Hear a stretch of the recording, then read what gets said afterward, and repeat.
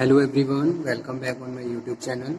International trade में जो हम टॉपिक डिस्कस कर रहे हैं वो है globalisation, economic growth and international trade. ठीक है, लास्ट लेक्चर में जो हमने टॉपिक डिस्कस किया था वो था globalisation and its impact on international business.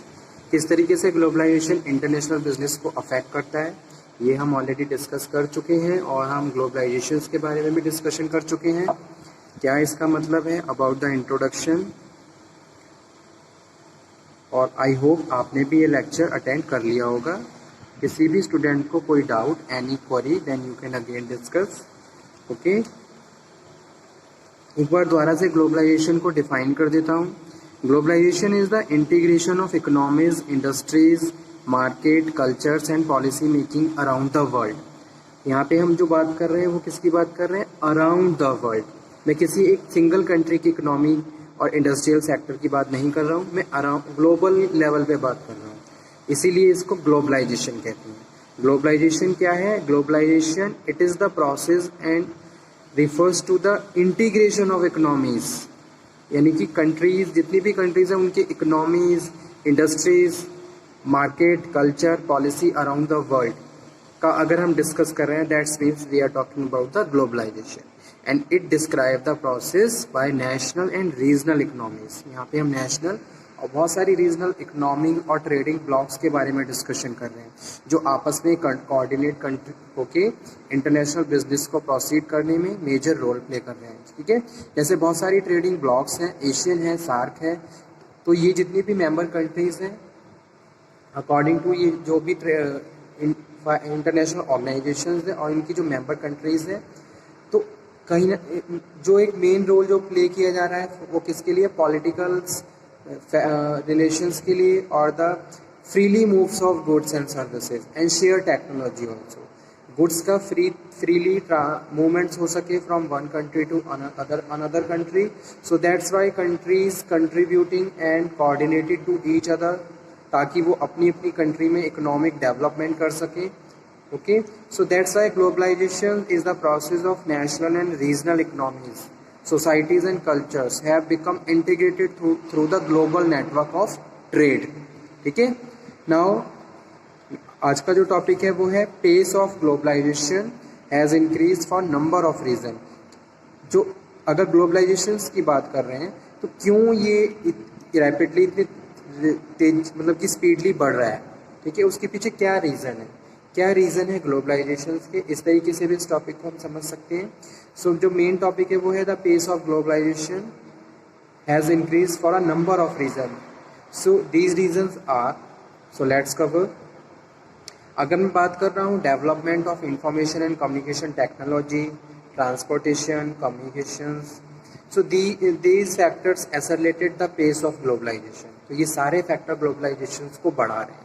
ठीक है, हर कंट्री ये चाहती है, हर कंट्री में की गवर्नमेंट ये चाहती है कि उसकी कंट्री में प्रॉपर डेवलपमेंट हो, information technology, communication technology strong हो, इंफ्रास्ट्रक्चर उनकी कंट्री का स्ट्रांग हो, इंफॉर्मेशन कम्युनिकेशन टेक्नोलॉजी और ज़्यादा इम्प्रूव हो, रोड ट्रांसपोर्टेशंस, ठीक है, ये सारी फैसिलिटी और ज़्यादा इम्प्रूव हो। So due to this purpose transformation of technology and share of technology is very important term. ठीक है, so that's why globalisation leads by number of these reasons. Okay, so the internet has enabled fast and 24/7 global communications। जैसे कि हमें पता है, अगर मैं internet की बात कर रहा हूँ, इंटरनेट ने क्या कर दिया है? ग्लोबल कम्युनिकेशन और ज़्यादा कन्वीनियंट और ज़्यादा सिंपल कर दिया है। 24/7 आवर आप कम्युनिकेट कर सकते हो across around the world, that is facilitated by the internet and ICT sorry. ठीक है, and the use of containerisations has enable the vast quantity. जो कंटेनराइजेशंस है इसने हमारे गुड्स की मूवमेंट्स को और ज़्यादा ईजी बना दिया है।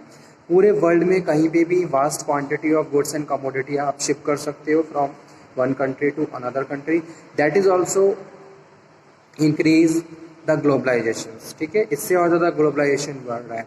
जैसे अगर आप कोई एक्सपोर्ट कर रहे हो तो आप किसी भी कंट्री को एक्सपोर्ट कर सकते हो और कितनी भी क्वांटिटी एक्सपोर्ट कर सकते हो। So these are the main reasons where we can say that pace of globalization increased. Okay, so now such factors which play very significant role and read as a solid reasons of the pace of globalization. First one है increasing capital mobility. Capital mobility बढ़ रही है. अगर मैं हर develop country की बात करूँ, ठीक है, तो वहाँ पे कैपिटल इंफ्रास्ट्रक्चर और ज़्यादा स्ट्रांग हो रहा है. अब ऐसे में जो डेवलप कंट्रीज़ हैं वो बेटर तरीके से अपने इन्वेस्टमेंट करना चाहती हैं. तो कहीं ना कहीं ये मेन रीज़न है किसका, ग्लोबलाइजेशन का. ठीक है, to acted as a stimulus to globalisation when capital can move freely from one country to another country. Okay, so this is also very important reason. Increasing capital mobility has also acted as a stimulus to globalization.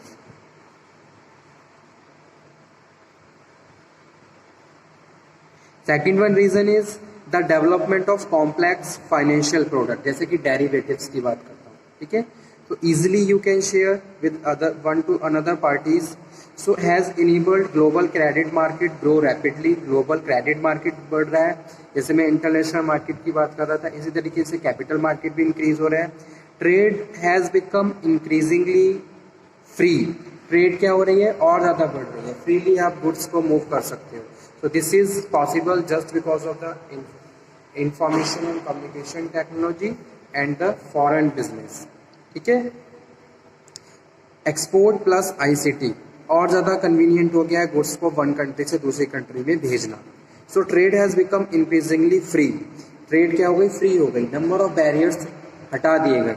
ठीक है, tariff और non tariff barriers को reduce कर दिया गया. Now countries are free to move their product one country to another. Comparative advantage भी also a very important reason for the pace of globalisation. हर country के पास कोई ना कुछ ऐसे रिसोर्सेज हैं जिसको कंट्री कंपरेटिव एडवांटेज गेन करते हुए एक्सपोर्ट कर सकती है. ठीक है, तो ये भी एक रीज़न है. और अभी मैं बात कर रहा था किसका, ट्रेडिंग की. ट्रेडिंग क्या है, और ज़्यादा फ्री हो गई है. So there is a collapse of communism which has open many former communist inward investment and global trade. Okay, that is also very important reason. Next है growth of multinational companies. MNCs की growth के लिए globalisation को lead किया जाता है. ठीक है, in the rise of significance of global brand like जैसे कि माइक्रोसॉफ्ट है, सोनी है, मैकडोनल्ड्स है, has been central to the emergence of globalisation. Okay, अब इसके कुछ एडवांटेजेस होते हैं और कुछ डिसएडवांटेजेस भी होते हैं ग्लोबलाइजेशन के. तो ये भी हम डिस्कस कर लेते हैं क्या क्या एडवांटेजेस और डिसएडवांटेजेस होते हैं ग्लोबलाइजेशन के. So globalization bring a number of potential benefit to the international producers and the national communication economies, providing an incentive. पहले मैं advantages discuss कर रहा हूँ. Providing an incentive for the countries to specialize benefit for the applications of the principles of comparative advantage. अगर आपका किसी भी एक particular प्रोडक्ट में comparative advantage है तो वहाँ पे आपको incentive मिलते हैं by the international financial institutions और इंटरनेशनल ट्रेडिंग ऑर्गेनाइजेशंस. ठीक है, जैसे कि इंडिया में बहुत सारे ऐसे रिसोर्सेज है जो इंडिया के पास एक्सेस क्वांटिटी में है. तो इंडिया कंपैरेटिव एडवांटेज गेन करते हुए उन गुड्स को दूसरी कंट्री में भेज सकता है. ठीक है, तो वहाँ पे एक तरीके से इंसेंटिव क्रिएट हो जाता है. तो ये एडवांटेज है. सेकेंड है large market. Access to large market mean that firms में एक्सपीरियंस हायर डिमांड बढ़ जाती है. ग्लोबल मार्केट में अगर आप मार्केट प्रोडक्ट भेज रहे हो तो वहाँ पे number of buyers and sellers है. There is a huge demand. ठीक है, globalisation enable world wide access to source of cheap raw material. अब अगर आपके पास एक से ज़्यादा अल्टरनेटिव होंगे तो आपके पास नंबर ऑफ अल्टरनेटिव है तो आप वहाँ चीप यानी कि कम से कम कॉस्ट में क्वालिटेटिव गुड्स को अवेल कर सकते हो या खरीद सकते हो. Okay, so avoidance of regulations. बहुत सारे रेगुलेशंस को अवॉइड कर दिया गया, रेस्ट्रिक्शंस को. और जो लेस डेवलप्ड कंट्रीज हैं उन पे मेन फोकस किया गया ताकि वो भी अपनी इकोनॉमी को डेवलप कर सकें. Trade is likely to lead creation of more employment. और एम्प्लॉयमेंट अपॉर्चुनिटी क्रिएट होती है तो ये भी एक मेजर एडवांटेज है ग्लोबलाइजेशन का. और कहीं ना कहीं क्या तो कोई ऑल्सो शेयर कल्चर्स ऑल्सो. दो पार्टीज आपस में कम्युनिकेट कर रही हैं तो अपनी कंट्रीज के कल्चर को भी शेयर कर रहे हैं. Values and beliefs one country can better understand the rules and regulations of another country. That is also very important thing for the trading system. ठीक है, अब इसके कुछ डिसएडवांटेजेस भी होते हैं, जैसे कि ओवर स्टैंडर्डाइजेशन. कहीं ना कहीं globalisation leads to over standardisation and creating a lot of demand. कुछ अननेसेसरी डिमांड भी क्रिएट हो रही है. ठीक है, कुछ तो over standardisation problem create issues by the globalisation. That is very big problem for the that country जहाँ पे अभी कंट्री फुल्ली डेवलप नहीं है, इकोनॉमी प्रॉपर स्ट्रॉन्ग नहीं है. ठीक है, तो ये भी एक डिसएडवांटेज है. सेकंड है large MNC suffer from the diseconomies of the scales. Okay, MNC जैसे कि ग्लोबलाइजेशन की अगर मैं बात कर रहा हूँ तो इकोनॉमी का असर एमएनसीज पे पड़ता है, जहाँ उनकी प्रैक्टिसेस पे भी उनका असर पड़ता है. Potential loss job in local market में जॉब्स क्या हो जाती हैं, लॉस हो जाती हैं. अनफेयर ट्रेड प्रैक्टिसेस क्राइसिस कभी कभी होने लगती हैं. स्ट्रक्चरल चेंज होता है तो जॉब लॉस्ट हो जाती हैं. और जनरेट विनर एंड लूजर, एक तरीके से इनइक्वालिटी का पार्ट आ जाता है. ठीक है, so these are the disadvantages of globalisation. और एक मेजर डिसएडवांटेज ये भी है, increase trade associated with the globalisation increase pollution and help contribute to CO2 emission and global warming. So global warming also very important thing for every country. Every country is very conscious about this term, so there is a disadvantages by the globalizations. Okay,